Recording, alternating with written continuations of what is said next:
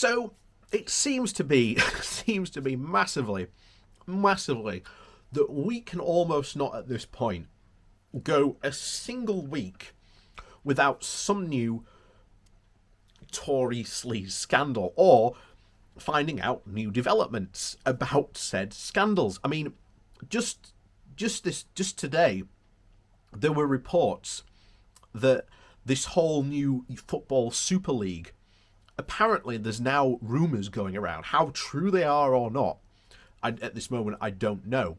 But apparently the guy, I think it was the guy from Manchester United, has said that Boris gave them the go-ahead and the nod to do that whole Super League. And I hope that turns out to be true because, as I've said before, we've seen Tory sleaze scandals that are really quite serious, and the public barely bats an eye at it. Barely bats an eye.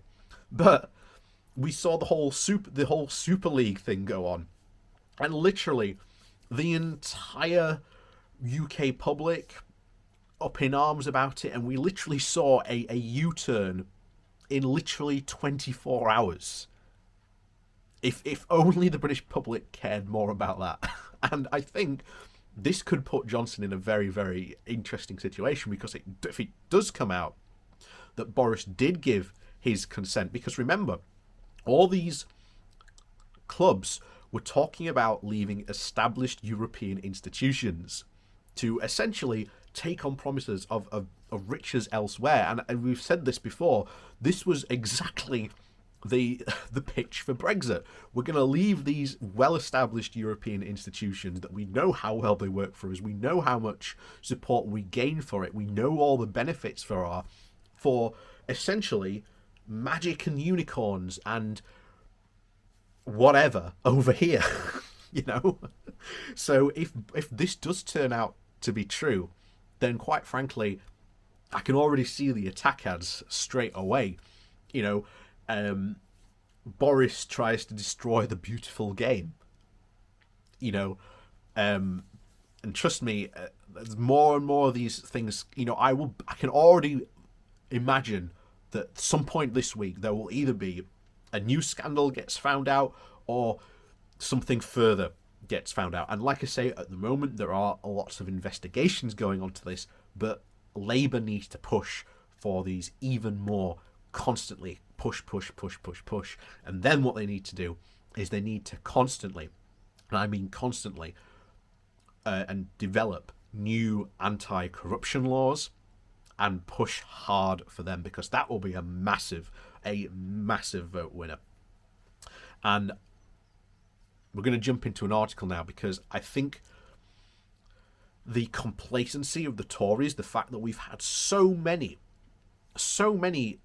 essential, you know, scandals that have come out of where if it happened to any other prime minister or any other, you know, cabinet going back, it would be an instant resignation or they would instantly be sacked. But because of the actual sleaze that these guys are up into the nines to, they don't really care, because they all know that they're all in on it.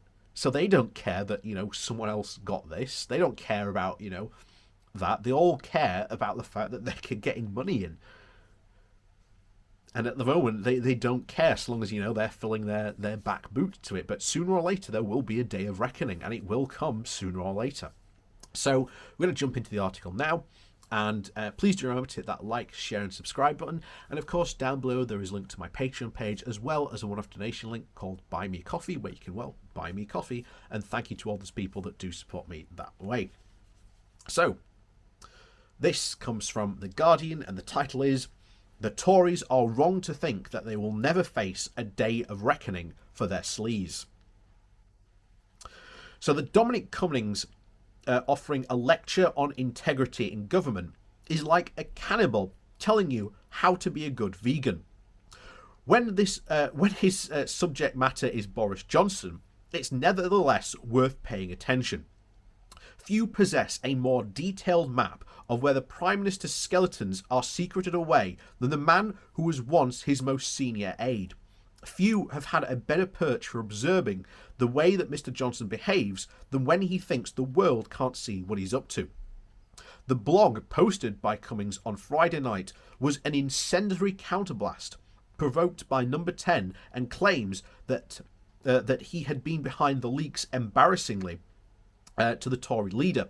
This is a revenge served spicy hot of stink bombs that he has thrown through Number 10's letterbox. The accusation most likely to cut through to the typical voter is that Mr. Johnson hatched a plan to have Tory donors secretly pay for the renovation of the Downing Street flat, which was unethically, foolish, possibly illegal, and almost certainly broke the rules on proper disclosure of political donations. The allegation that will most horrify Whitehall is that the Prime Minister sought to impede an official inquiry into a leak about the lockdown timing that compromised the response to the pandemic. And according to Mr. Cummings, Johnson wanted that inquiry shut down because of the finger of suspicion was pointed at one of his fiance's closest friends. His final shot is the fax Larchmo's remark. He said, "It is sad to see the PM and his office fall so far below the standards of competency and integrity the country deserves. I cannot recall a previous example of a former senior aide turning so savagely on the Prime Minister that he used to work for." And apologists for Mr. Johnson are saying that this bile was from a bitter and twisted man who lost in a power struggle with Number 10 at the end of the last year. That can be true, and while also being true that it also what he says about his erstwhile boon companion in the Brexit campaign and Downing Street is correct. The scarcely novel and the accusation that the PM is a serial sleazer, a habitual liar, and a relentless rule breaker who knows ethics is only a country to the east of London. But the charges gained significant force in the coming from a witness who was the most senior aide for over 16 months and claims to have more exposed and detailed record to back up his allegations. This capped out a week that began with the release of WhatsApp's exchanges between the Prime Minister and Sir James Dyson, which Mr. Johnson promised to fix a tax issue for the Brexit-supporting vacuum cleaner salesman.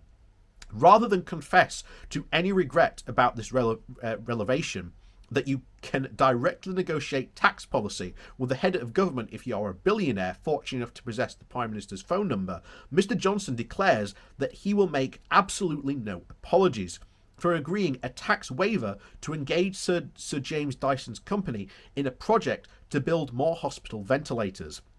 This anything goes in an emergency defence may sound familiar because it is not the first time that it's been deployed as a shield against charges for special favours of friends of the Prime Minister and his party. That alibi was also used when we found out that the hefty chunk of lucrative COVID-related contracts ended up in the hands of Tory chum ministers, PMs and peers who were granted access to the VIP lane. An investigation by the National Audit Office has found that bids using this privileged priority channel, which I have previously dubbed the Crony Express, were 10 times more likelier to win business, and safeguards against the abuse were relaxed, and more than £10 billion worth of contracts were awarded without any competitive tenders. And the respected monitoring group, the Transparency International, has just published an analysis that concludes that 1 in 5 of COVID contracts signed between February and November of 2020 raised more than 1 red flags of potential corruption. The identity of many of the beneficiaries remains hidden because the government refuses to name the companies that received a great deal of this public money, which is an eccentric way to behave if there's nothing to hide. As in the Dyson case, the suspension of normal rules has been repeatedly justified by ministers on the grounds that the pandemic created an urgent need to secure critical equipment. Yet, we are now learning that the VIP lane had the opposite effect. It didn't lubricate the swift delivery of vital supplies, it gummed up the pipeline. Evidence in a case brought by the Good Law Project being heard in the High Court has turned up an email from an official on the team tasked with securing protective equipment. The unnamed civil servant complains that officials were drowning in VIP requests and high-priority contracts that don't get hold of the right certificate or do not pass due diligence. Far from expediting of the supplies desperately needed for equipment, the reserve lane for the Tory mates instead undermined that life-or-death endeavour. Labour is hammering the theme of Tory sleaze in the hopes of making it ring in the ears of the voters, but there is a view that this will not damage the government as much as it ought to. The argument goes that Mr Johnson won't be hurt much because of an expectation that he will behave badly is already in the price. Those who voted to confirm him as Prime Minister in 2019 knew that this is what they were electing, a rogue, not a saint. I hear this view expressed by both blasé Tory MPs who blindly think that their leader is liquored with Teflon coating and that makes him completely invulnerable to any scandal, however appalling. I also hear it from some Labour MPs who despair in the words of one. However hard we throw it, nothing seems to really stick. And there is some supporting evidence for this polling.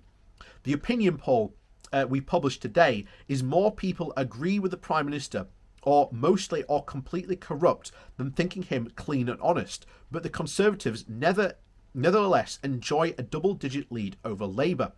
This is because context matters. History suggests that voters are generally more tolerant of sleaze when they are feeling good about their own lives and much less forgiving when they are miserable. And the intensity of public outrage over the abuse of parliamentary expenses would magnified because that scandal erupted at a time when many voters were suffering the consequences of the financial crisis of 2008 and the subsequent recession. At the moment, the accumulating heap of stories about cronyism and corruption is in the context that is sufficiently favourable to Mr Johnson, and to a significant chunk of swing voters are either not too excited about it, or are just willing to give him a pass. As more jabs go into people's arms, he continues to enjoy the lift from the vaccine bounce. The hope that the country is emerging from its last lockdown is another component of the rise in the government's popularity. This context will change and become more menacing for the government when the vaccine euphoria wears off. Businesses and job support schemes are unwound and the ministers implement the excruciatingly tough choices about how to pay the bill for the pandemic. That won't fundamentally alter. What that fundamentally won't alter is the character of Mr Johnson's government. If you've missed the latest sleaze story, don't worry about it. Another one will be along in a minute. And as I like to remark from time to time, the personality of institutions is hugely influential, an example set by the person at the top. When the Prime Minister is a man with a lifelong contempt for the norms of deceit, behaviour and a career history of behaving as if he can get away with anything, the government is going to reflect his amoral character. Never forget that Mr Cummings was not sacked for when he went for his lockdown busting excursion around Durham. An example of one rule for them might mightily cut through to the public.